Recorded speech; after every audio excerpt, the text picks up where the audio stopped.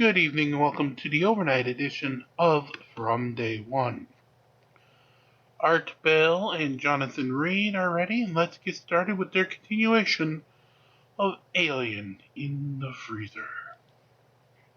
But he was sure. He was adamant. He was almost excited. And I said to him finally, I don't want to have anything to do with this. I want to get better. I want to get well. And he said, well, we need to tell some people. And I said, no, we don't. We need to be careful, because I don't want people tearing my house apart. I don't want, And that's what would have happened. Well, that's finally what did happen, Art. Right, I know. We'll get there. So, okay, there's so much more to this. So how did it end up with Gary? Well, Gary was a complete believer at that point. Yeah. When it's in front of your face and you can touch it and feel it and look at it, it's undeniable. When it's in front of you, in person, there's no question that you're looking at something that wasn't human and that was some kind of biological creature. Mm-hmm. He was adamant. He was excited and wanted to get this to people who could do something with it and investigate it and take it. I wanted people to take it away. That's what I wanted. I understand that. I literally wanted to be done with it. So when he started to tell me there are people who are into this and will help you, will help us. Now it was us. Now it was his project. And I was happy at that. I was very happy for that because I really didn't want to deal with it in so many ways. But he said, we're going to call some people. We're going to start making some inquiries on who would be the best to talk to. And he said, we talked about this at long length. I said, well, we can bring some of the other professors that I work with at the University of Washington. That would have been good. Anthropology people, other medical doctors, we can all bring in. Well, we made a list. We started calling those people. Some of those people came to my house. Some of those people saw the body. Some of them didn't come. And how many? During the first 9 days, and there's a reason I'm referencing 9 days. Okay. There were probably, including Gary and myself, there were probably 8 other people, or 10, let's say 10 people. And that included some of my own family, some of my girlfriend, some very good close friends of mine, and some people that I worked with who I respected. So there was no question that this was really there because other people saw it, other people even took pictures of it.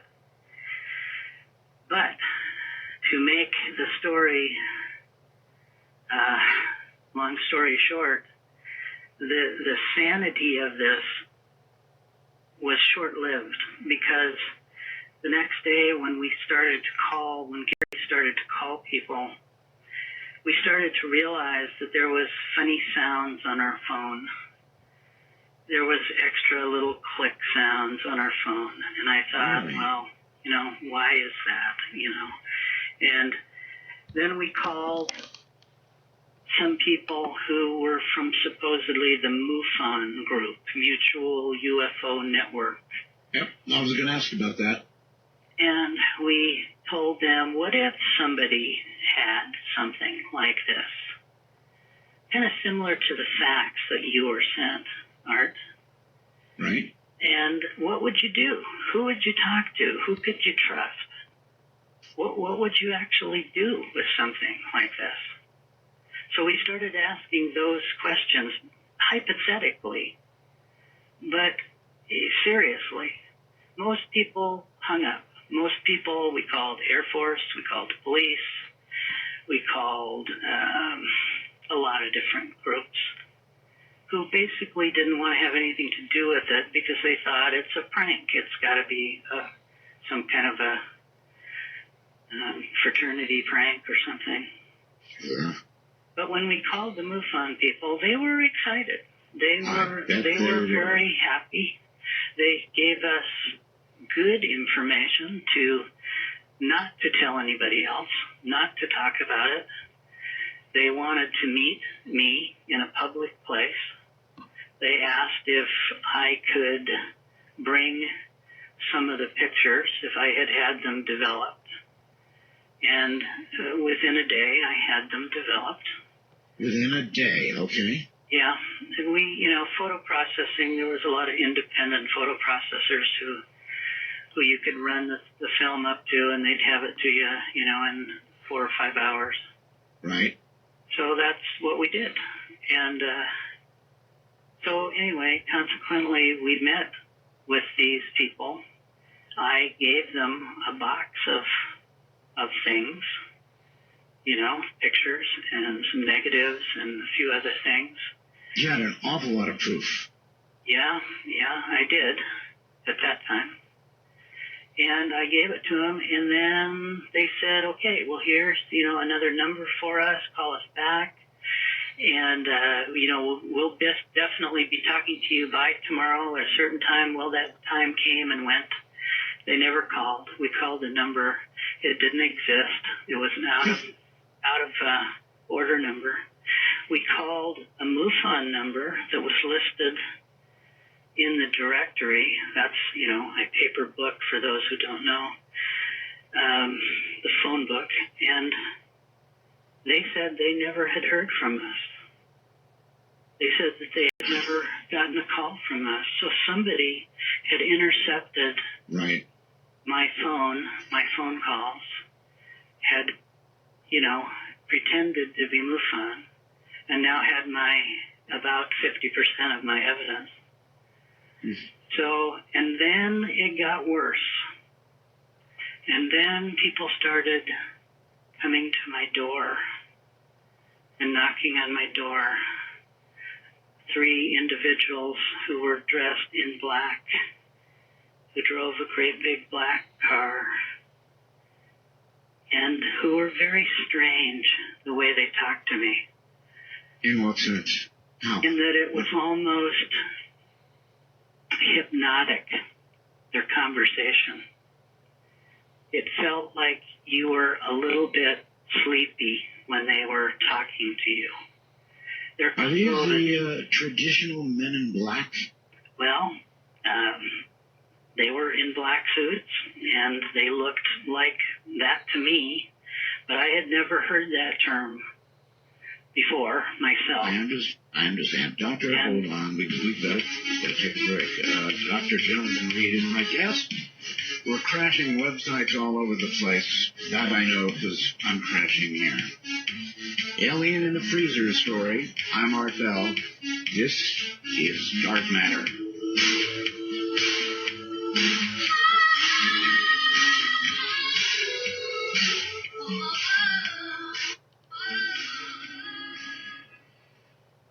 I spoke briefly with Keith Rowland during the break. And I said, Keith, things are crashing over here. He tells me the website's still alive, limping a little, but alive, and what's crashing is Google. So Google, in trying to get the messages to me, is gulping hard and falling over. This is Dark Matter, everybody. Dr. Johnathan Reed is my guest. And we're talking about a classic story called The Alien in the Freezer. And no joke. I know that a lot of you are probably sitting there wishing it was a joke, but it's not. Dr. Reed, welcome back. Thank you, Art. Just pick right up and go to where you want to go. We've got, I guess it's not yet, but we've got 3 witnesses who can attest to the things that you're saying right now. So rather than me trying to decide the appropriate time for them to come in, you tell me. I will do that. And that'll be good. shortly. Okay, good. Let me just say, these people who came to my house were organized. They were professional. They were definitely stating facts that I didn't believe they could know. They were telling me in a very calm, professional manner, Dr. Reed, we know what you have. We know what you found. And if you don't give it to us, your whole life is going to change. And they started softly saying change. Then they started saying, your life will never be the same. Neither will it be for your family and your friends. The threats were apparent. Yeah, it's almost like there's a bullet here with your name on it. Well, essentially, a little bit less than that, but yes, definitely same idea. And letting me know that they would take care of this unless I complied with their demands. And at that point, what'd you tell them? What'd you tell them?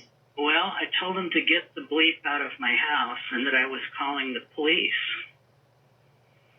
Very good. And they calmly stood up and walked to the door, and they said, that's okay, the police are with us.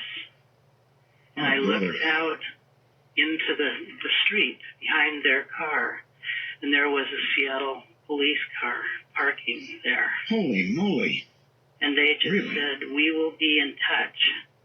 You have an option. And I just again told them to get the bleep out of my yard and my house. I was angry. They said they were going to take away my life. And we're now, excuse me, Doctor, we're now how far from the incident itself? How many days or weeks from the incident itself? This was 2 days. 2 days. Okay. 2 days in. All right. And I was angry. And they were right. There was a police car there. They drove away. The police car followed them. Well, at that point, I was angry. I was afraid. I was, quite honestly, I was very, very disturbed at that moment, thinking, how could the people that we pay to protect us be doing this to me? How could this turn around? Because I was a believer in the American way of life. I was a believer that your police department did things to protect you from people like this. And I guess by now you believe this is part of the American way of life. Oh, this is totally the American way of life. Mm. And now I've had it proven to me time and time and time again. American exceptionalism. Mm. So, at that moment, I decided that I guess I couldn't trust those who I had hoped for. And I decided to take things into a little bit different direction. So, Gary and I, prior to them arriving to my house, had divided up the remains of the evidence that I did have. And we sent some of it away, actually mailed it out of the country to a friend Smart. to keep for us, and thinking that what could be next? You know, somebody's going to break in here, somebody's going to steal everything or something. And so we did that. And the next day, I had a friend who was a doctor going to come over and view the body, who was a orthopedic surgeon that I worked with in I don't blame you for mailing the evidence away, but you couldn't very well mail the body away. Well, right. That was the truth. I couldn't really take that away. We considered it. We considered if I could get help from one of these guys from the university medical center, I figured I'd be home safe. Sure. And that was my idea, was to bring him over, let him take a look at this, and get him involved and take it to the university. That was my plan. So I had called him. He had answered the phone. He was very excited. I told him I had something that I wanted him to see, but I didn't identify it on the phone. I just said, you know, there's something you need to visually see with your own eyes. Is this one of our witnesses? No. No. Okay. All right. But this was somebody I had known for years. Mm-hmm. And known him in some casual, personal sense, being a friend, doing some things outside of work with. So he knew me. He knew that I was being serious. And he said, yeah, I will come over. And so the plan was he was going to come over that next day after these people were in my house. And the time came and went, and he didn't show up. Oh. And I called him, and I got him on the phone, and I said, you know, where are you? I expected you to be here 45 minutes ago. And he said, I can't do it. I just can't come. I can't be involved. And there's just too many things I can't say. So and then, in other words, he had been contacted. Well, I later found out that is exactly what happened. Somebody had basically walked in and intimidated a lot of friends of mine. And the Okay, so your phone now is so totally tapped. Right. So we're even talking cryptically when we're on the phone. We're not even saying anything specific. But anyway, I was angry. I was angry that he didn't come. You know, here's a friend that I needed, and he didn't come.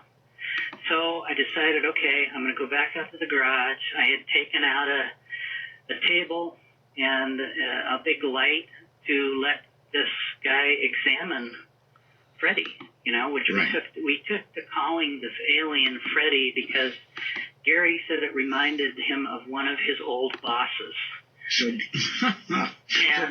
Gary named him. I don't mean to laugh. Gary named him. Exactly. Gary named him Freddie. I didn't want to give it a name. I did not want to make it personal. That was the killer of your dog. Exactly. So I'm putting away the table, folding table, and the light in the garage. And I hear this sound that sounds kind of like a scratching or a rubbing sound. And I thought, well, maybe it's the compressor or the freezer, because it was an older freezer that somebody had gave to me. And I thought, well, if the compressor's going out, you know, the body's going to decompose. We're going to be in trouble. Yeah. And then I thought, well, maybe it's rats, or maybe there's a rat, you know, or something in some paper or something behind the freezer or whatever. But anyway, I thought, okay, well, I'll look in the freezer because there's a thermometer inside the freezer door. Right. And if the temperature is going up, then obviously the compressor is broken. Yes, sir. So I just went over there, just like I had time and time again for the last 3 days, opened the door, and this thing that was in the thermal blanket unwound itself and stuck its head out and started screaming at me. Oh, my God. All right. I, of course, remember this moment from the previous interview. Now, there is a recording of this scream. Now, how in the world and how did it get recorded? How did this happen? Well, later on, not this moment, but later on, I had actually taken a video camera out to the garage in hopes of recording it. But not at this moment, but this scream actually came from later on. But it was the same type of scream. All right, I might be able to play it. Let me see if I can do that. Mm-hmm.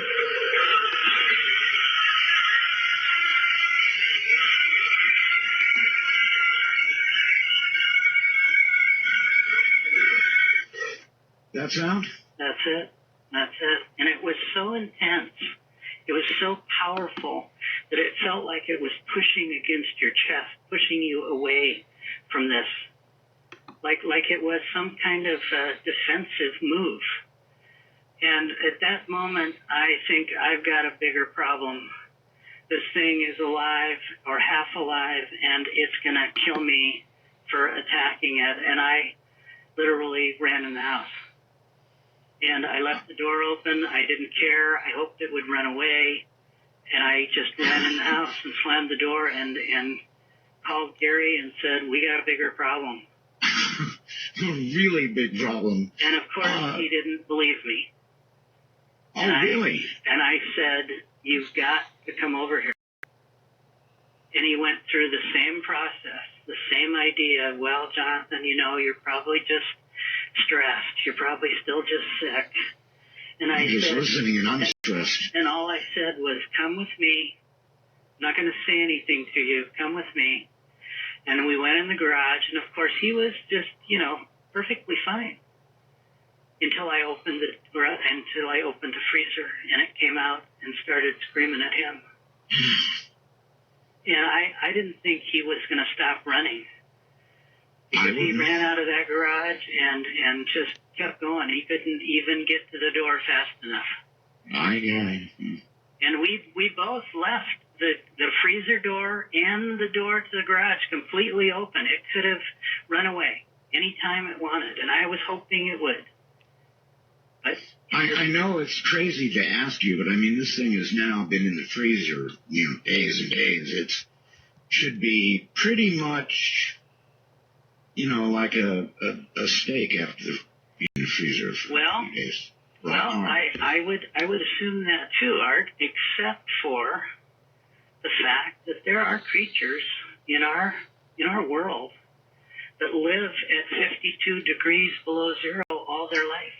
There are. It's true. And what? And we've got to at least guess that they may have come from a world where that's a fairly normal climate. So, or maybe the cold somehow induced some kind of time for it to heal. But the fact is, it was never dead. It was alive, breathing and screaming. So the entire time that I had it in my Jeep, in my house, on the floor, looking at it with my friends, it was alive. It was playing possum. Maybe in the woods and in my Jeep, maybe it was unconscious. But the truth is, and I think you've seen the tape, is when I opened it up in my house on the garage floor and videotaped it after it was home, thinking that it was just completely dead with a big hole in its head with blood and everything else, it was actually moving. You can see in the videotape that it blinks its eyes and it moves its facial muscles just a little bit when I'm not hovering directly over it. All right, folks. It's all at artbell.com. What he's referencing, photographs, the evidence, the video, it's all up on artbell.com right now. So.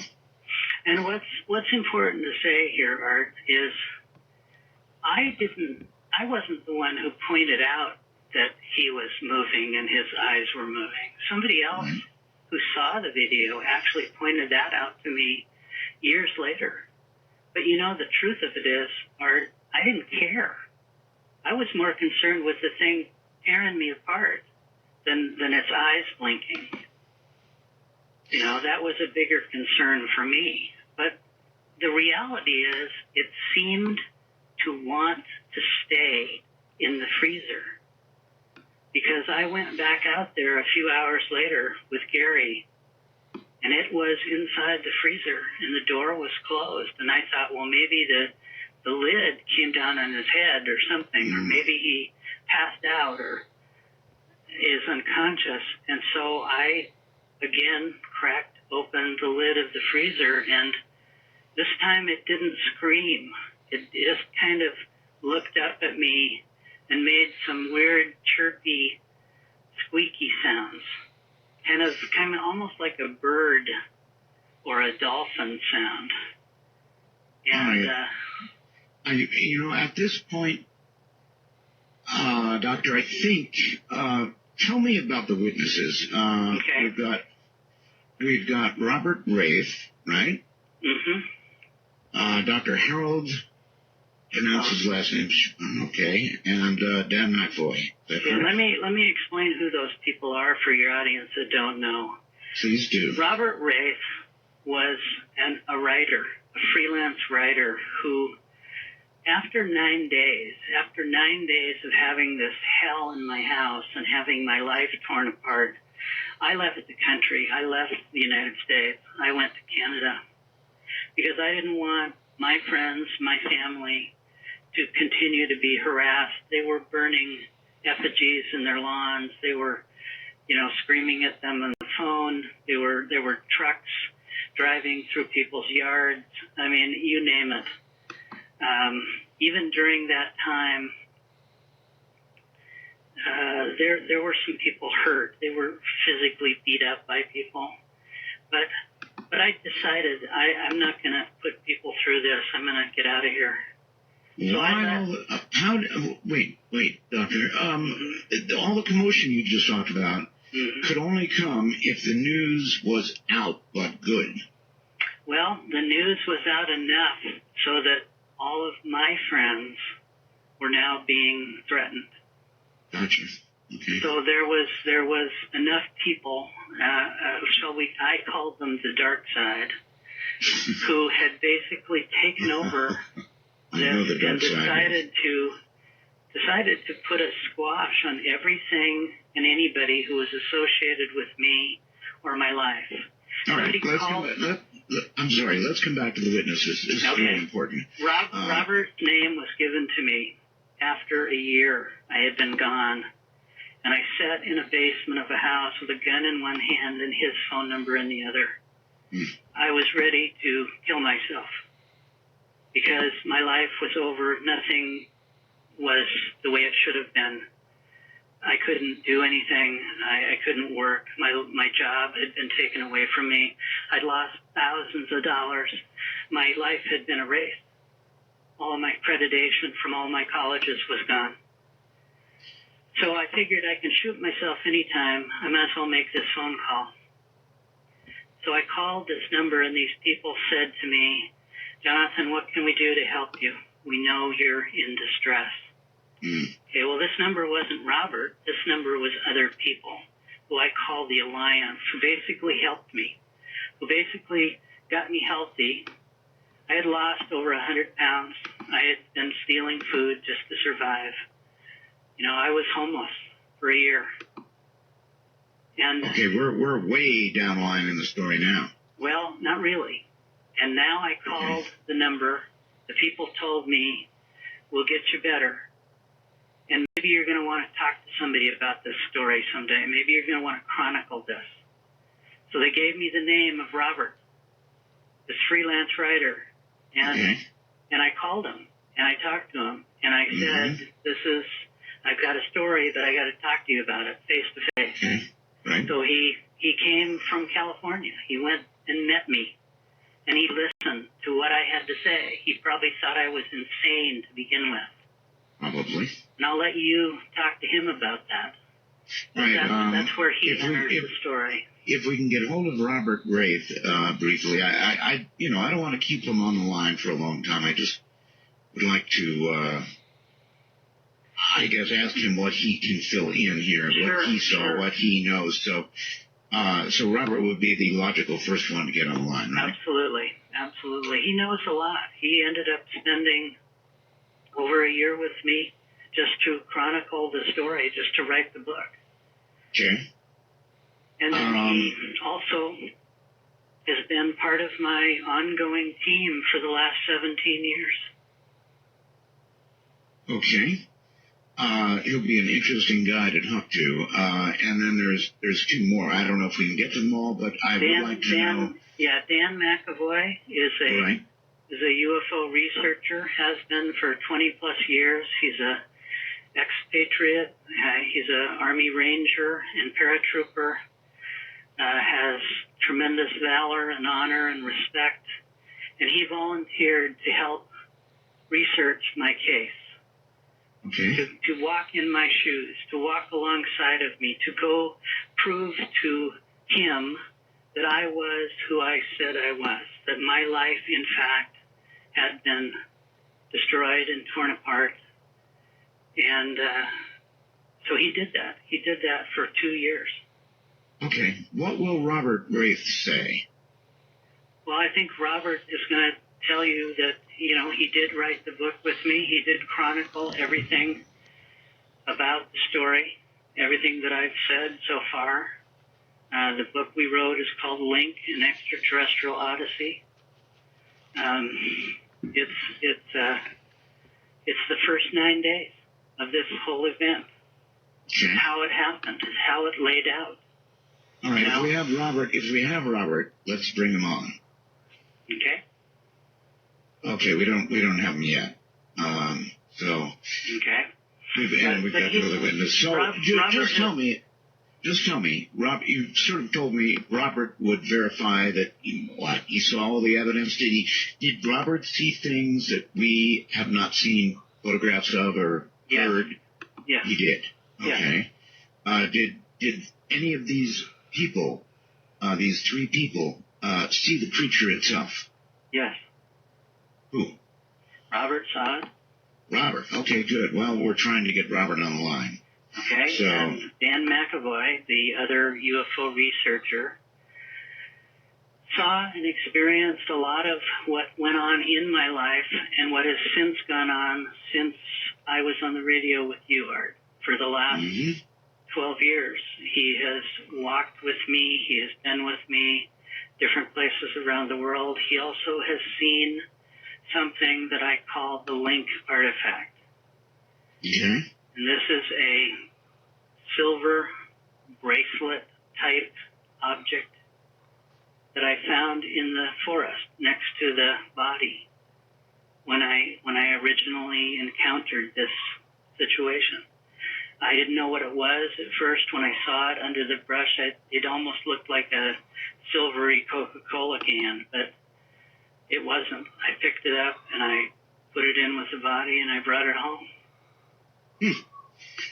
Okay. I guess we're having some difficulty getting hold of these folks. What we're going to do is take a brief break right here. Okay. See what we can do. We do have numbers and contact information for Robert Wraith and the other 2 witnesses. Whether we can get them through a jammed-up phone system, we'll see. I'm Art Bell, and this is Dark Matter.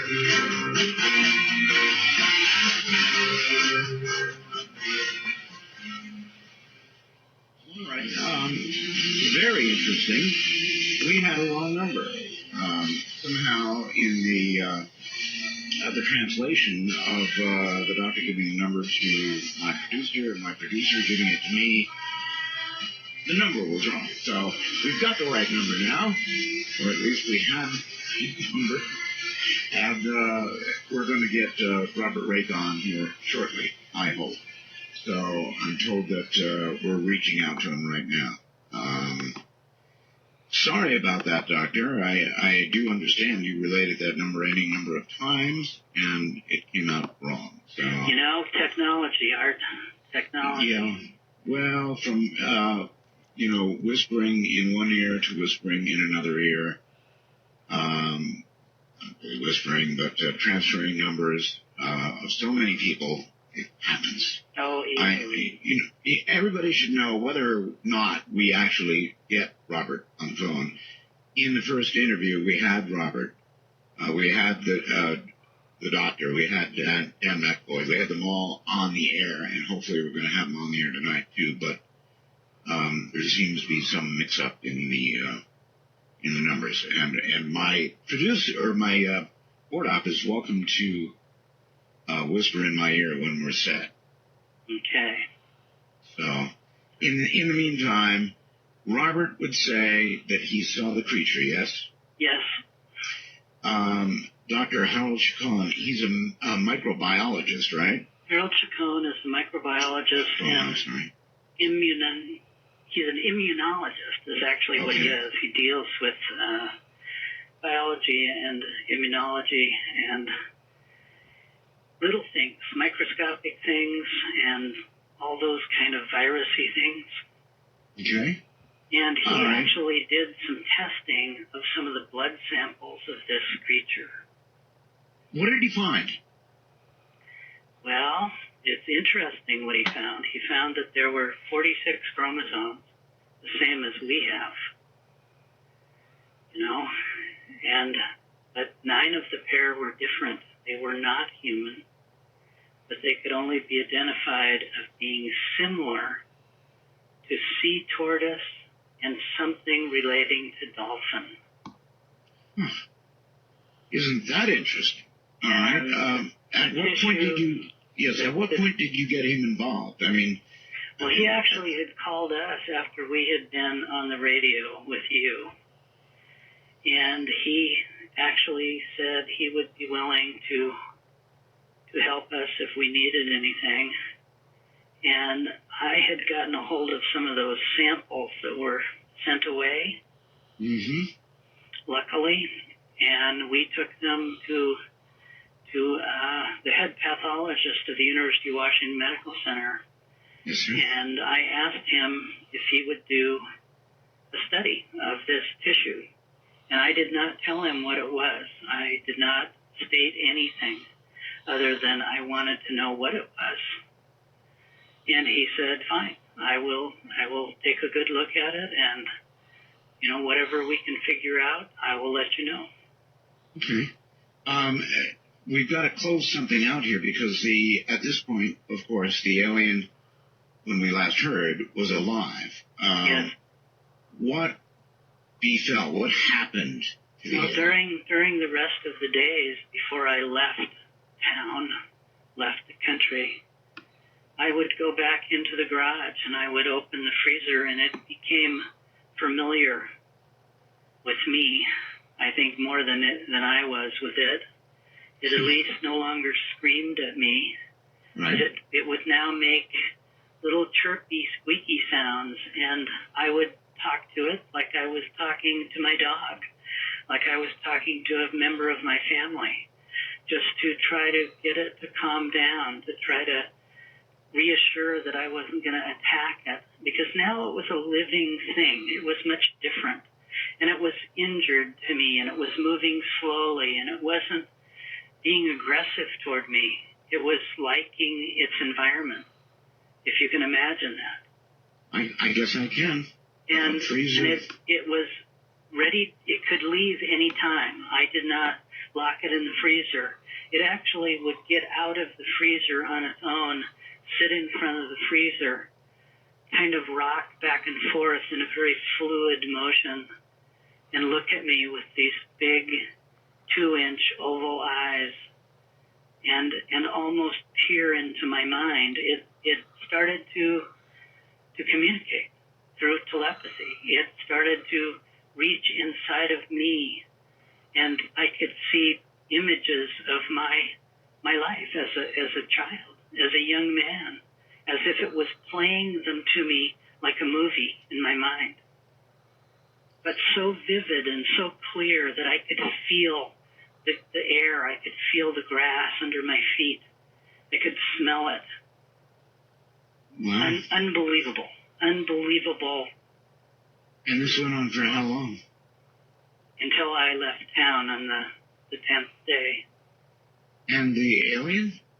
Well, on the 9th day, I came back home, drove home from my house after being with Gary for a while. And I drove home in the evening, and I drove up to my house, and I found that there were 2 vans parked up on my lawn with men going in and out of my front door with, dollies taking things out of my house. So I didn't want to stop, so I went somewhere else and came back later and found that my house had been totally ransacked, totally destroyed. They had probed the walls and the floor and the ceiling. They had taken the toilet off of the floor mounts. There was water spewing everywhere. They had probed the grass in the lawn looking for things with some kind of object. There were holes in the grass. I went to the garage, and the freezer was gone. They had The whole freezer. The whole freezer was gone. Also, some other things that didn't make any sense. They had taken a whole cord of wood that was piled in the garage. Okay, they had taken. Well, you know what? If some government agency, whatever it would be, became aware that you had this, yeah, I understand. It would disappear. A lot of things in your home would disappear. Sure. But Art, what I found when I went to that garage, when I saw what I saw, there were small, frosty, wet footprints going across the floor and to the wall, stopping like it walked through the wall. It didn't go to the door. It didn't go to the other big door, which had been pried out of the wall with pry bars. It just went to the wall. And I thought, maybe he got away. Maybe he actually got away. All right, I'm going to stop you for a second. We finally got Robert on the line. I want to try and bring him into the conversation. Robert, is that you? That's me. How are you doing? Hi, Robert. Oh, my goodness, we're glad to get you on the air. It was quite a chore to get you on there, but here you are. Can you please tell us, I guess, what you know to be true, what you saw with your own eyes, and whether you can verify what parts of this story you can verify? Well, Art, I've been to the site where Johnathan first had his experience. And the site is strange. There's a tree there, and it's actually growing in all its branches are pointing in one direction. And there's been people up there to do tests. Also, Freddie. And I've experienced him. He's popped in and popped out, and I've seen him a number of times. So you have seen Freddie?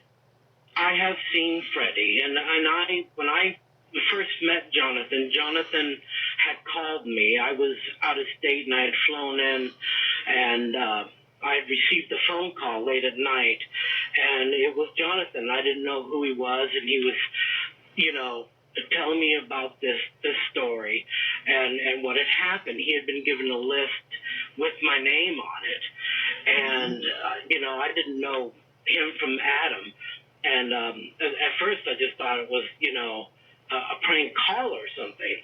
But as time went on, I became intrigued, and I heard of the distress in his voice, and I was just really concerned. And after a few hours, I decided, I'm going to get back on a plane and fly and meet with him, and I did. When I had walked into the place, it was a public place. It was a restaurant. When I had walked in, I didn't know, what he looked like or anything. I was looking for him, and all of a sudden I heard Robert, and I turned around, and there he was. And I was distressed because I felt, how does this man know who I am, what I look like? How did he get my phone number? And I sat down, and we began to converse.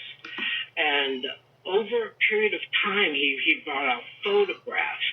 He brought out tapes. He brought out elements of the story to be verified. And I was just astounded, and, it was beyond my circle of thought, and... way beyond mine, too.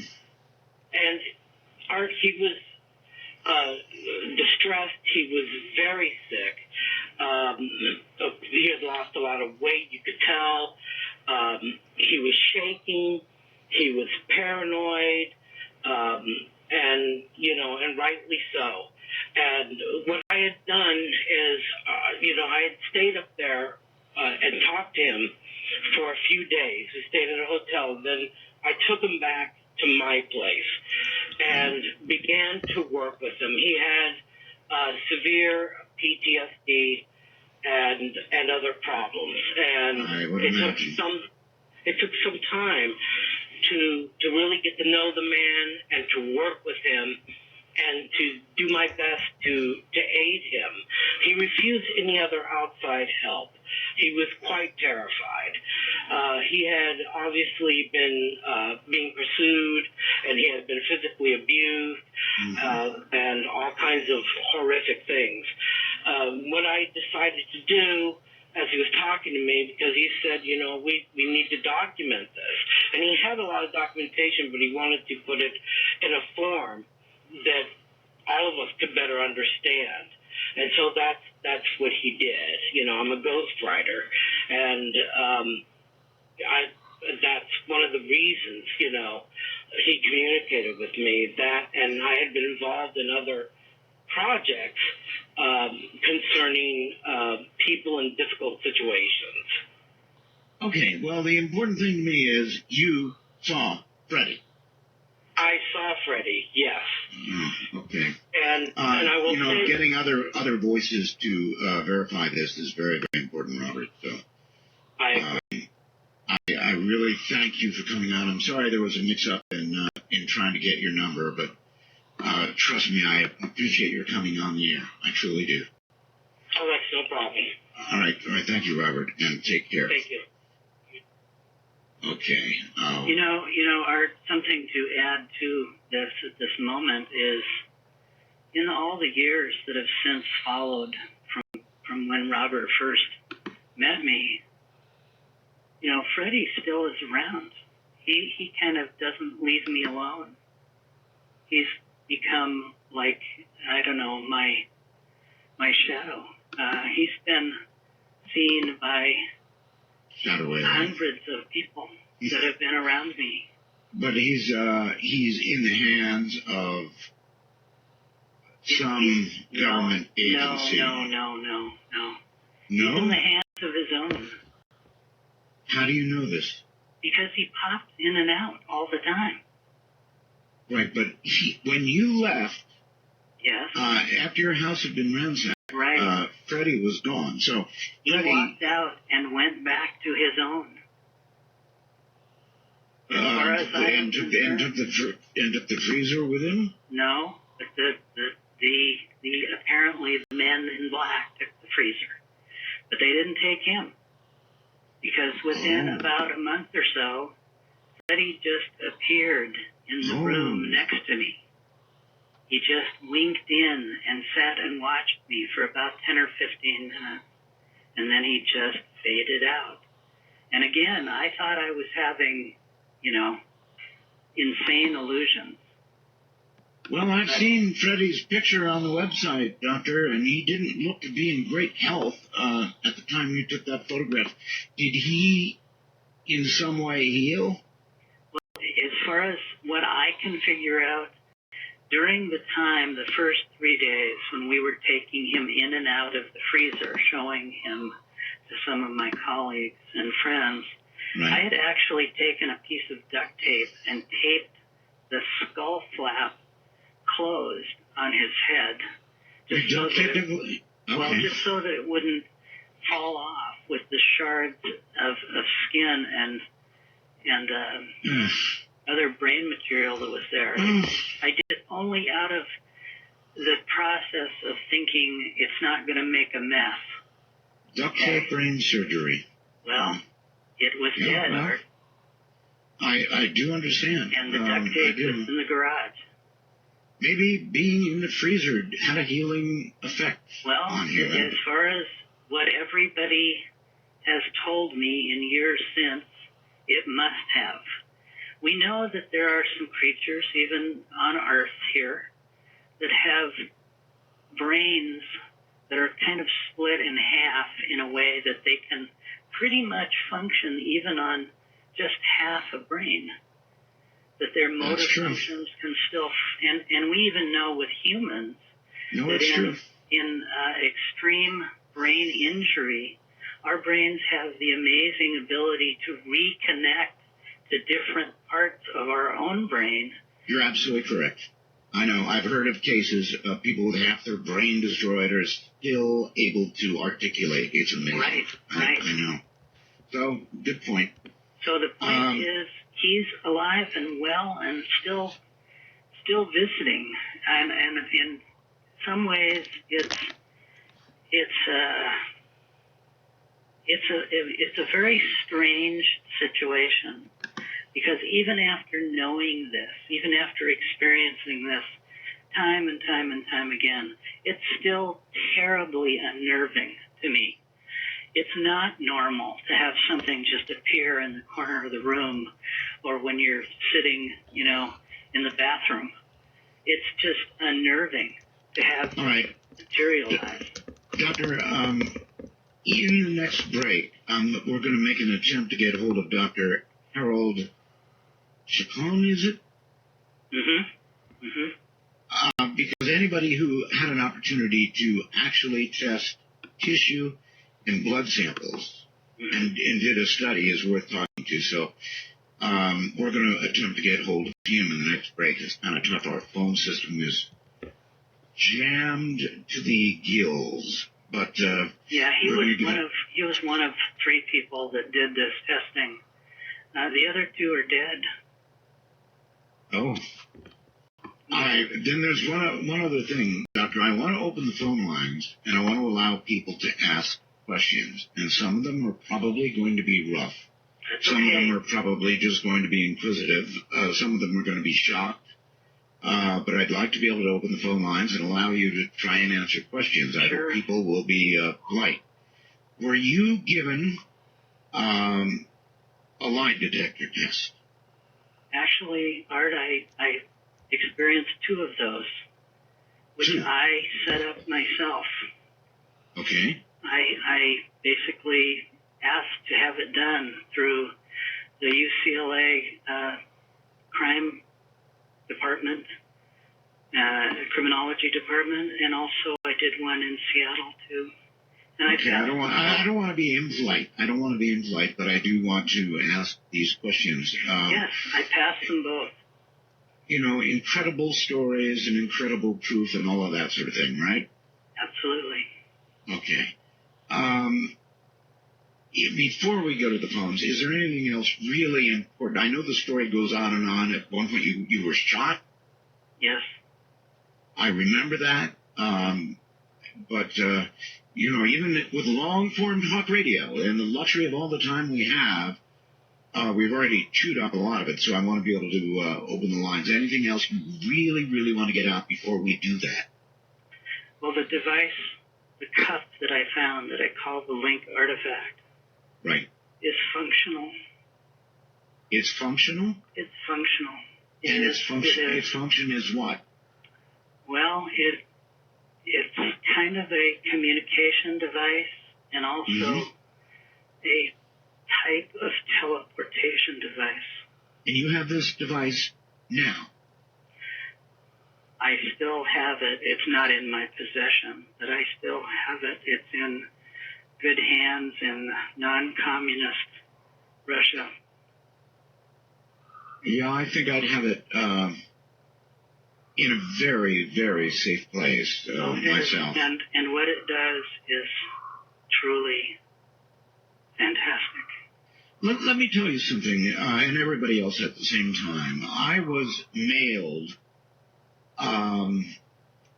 some pieces that were allegedly from a UFO, one that crashed back in Roswell. And I've held on to those. I gave Larry King a piece, and I've held on to those pieces for a very, very long time.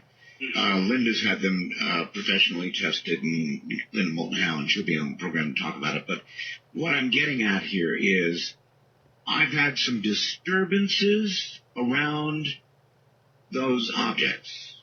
And because of that, I've kept them in a very, very safe location. So yes, don't come looking, because it's already happened. That's right. And it's already in a safe place beyond my control. So I don't blame you. I don't blame you a bit.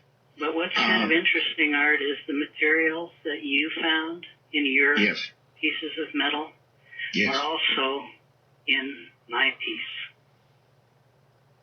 Oh? I had the link artifact was analyzed in Osaka, Japan in 1999 by the University of Osaka. Really? They did metallurgy testing and biochemistry testing and X-rays and all kinds of things. And they do tell. What did they find? They found that the basic materials were silicon polymer, beryllium, aluminum, magnesium, copper, zinc, bismuth, gold, and some unknown, unidentifiable materials. That the layers inside of this thing, even though it's very thin in its actual thickness, it's only about 3/16 of an inch thick, is made up of layer after layer of micron type layers, 3 to 4 microns in depth. Wow. That is like plant material, like the fibers in a plant leaf. And they believe that this is a biological, living biology. All right. It's the machine. All right. To clean up one thing before we take the break and then start to take calls. So, folks, if you want to dial now, be my guest. And we're going to screen the call. So just to make sure you've got an appropriate question. The obelisk itself, did anybody go back? Did anybody check whether it was still there? We did the next day. We drove back. Gary drove back, took a trailer and chains and a truck, and he was bound and determined to drag that thing out of the forest one way or another.